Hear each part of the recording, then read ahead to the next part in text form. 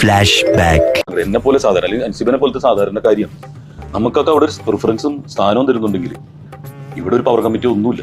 അയാൾ നമ്മൾ വിചാരിച്ച ഒരു കച്ചവടക്കാരനല്ല. അൻസിബക്ക് എന്താണ് ഇതിന്ന് പിടിക്കാൻ സാധിക്കുന്നത്? അൻസിബ ആരും ബയസായിട്ട് നിൽക്കുന്ന ആളല്ല, നല്ലതായിട്ട് സംസാരിക്കുന്നല്ല. എന്ത് തങ്കപ്പെട്ട മനുഷ്യനാടാ ഇവനെ പറ്റി നീ തോന്നിയ ദിവസം പറഞ്ഞത്.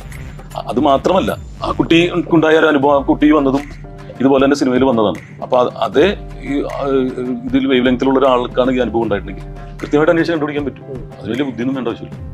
എനിക്ക് എവിടെ അനീതി കണ്ടാലും അതിനെ എതിർക്കാനുള്ള ഒരു മനോഭാവം വളരെ ചെറുപ്പത്തിലേ ഉണ്ടായിരുന്നുള്ളൂ. തനിക്കെതിരെ വർഗീയ പരാമർശം നടത്തുന്നുവെന്നും സ്ത്രീത്വത്തെ അപമാനിക്കുന്നുവെന്നും കാട്ടിയാണ് ഈ പരാതി അൻസിബ ഹസൻ നൽകിയിരിക്കുന്നത്. തീർച്ചയായും സാമൂഹിക വിപത്താണ് ടിനിച്ചേട്ടൻ എന്നുള്ള കാര്യം വ്യക്തമായിട്ട് എനിക്കറിയാം. അതിനെതിരെ ഞാൻ മുന്നോട്ട് പോകുക തന്നെ ചെയ്യും. അദ്ദേഹം എന്നോട് മാത്രമല്ല ദ്രോഹം ചെയ്തത്, ഒരു സമൂഹത്തിനോടാണ്. ഒരാളോടുള്ള വ്യക്തിവൈരാഗ്യം തീർക്കാൻ വേണ്ടി ഒരാൾക്കെതിരെ ഒന്നും കിട്ടാതിരിക്കുമ്പോ പേര് അൻസിബ ഹസനാണ്, എന്നാ പിന്നെ ഇങ്ങനെ ഇതങ്ങ് ഉപയോഗിച്ചേക്കാം എന്ന് കരുതിയിട്ട് തെറ്റായിട്ടുള്ള ഒരു മെസ്സേജാണ് സമൂഹത്തിന് കൊടുക്കുന്നത്. ഇങ്ങനൊന്നും ചെയ്യില്ല, അഞ്ചാറബത്തൊക്കെ എല്ലാവർക്കും പറ്റേ. തീർച്ചയായിട്ടും ഞാൻ പരാതിയായിട്ട് മുന്നോട്ട് പോകും. അങ്ങനെ തന്നെ വേണം.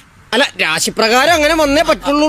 അദ്ദേഹത്തെ സപ്പോർട്ട് ചെയ്യുന്ന പ്രസിഡന്റ്, എനിക്കെതിരെ വ്യാജ പരാതി നൽകിയ വൈസ് പ്രസിഡന്റ്, ഇങ്ങനെ ഇരിക്കുന്ന ഇവരുടെ മുമ്പാകെ ഞാൻ വീണ്ടും ഹാജരായി വീണ്ടും ഞാൻ ഈ കാര്യങ്ങൾ പറഞ്ഞു കഴിഞ്ഞാൽ എനിക്ക് നീതി കിട്ടുമെന്ന് തോന്നുന്നുണ്ടോ? ഇവനൊക്കെ എന്ത് ചെയ്യണമെന്നറിയാവോ? വെടി വെച്ച് കൊല്ലണം. അല്ലെങ്കിൽ തന്നെ ഞാൻ ആദ്യമായിട്ട് കേൾക്കുകയാണ് കുറ്റാരോപിതർ ഇരുന്നിട്ട് നീതി തരാൻ വേണ്ടിയിട്ട് സംസാരിക്കുന്ന കാര്യം. അതൊക്കെ ഗോപാലകൃഷ്ണൻ ഒരു നമ്പറല്ലേ? ഇത് എന്റെ ഒരു നമ്പറാ.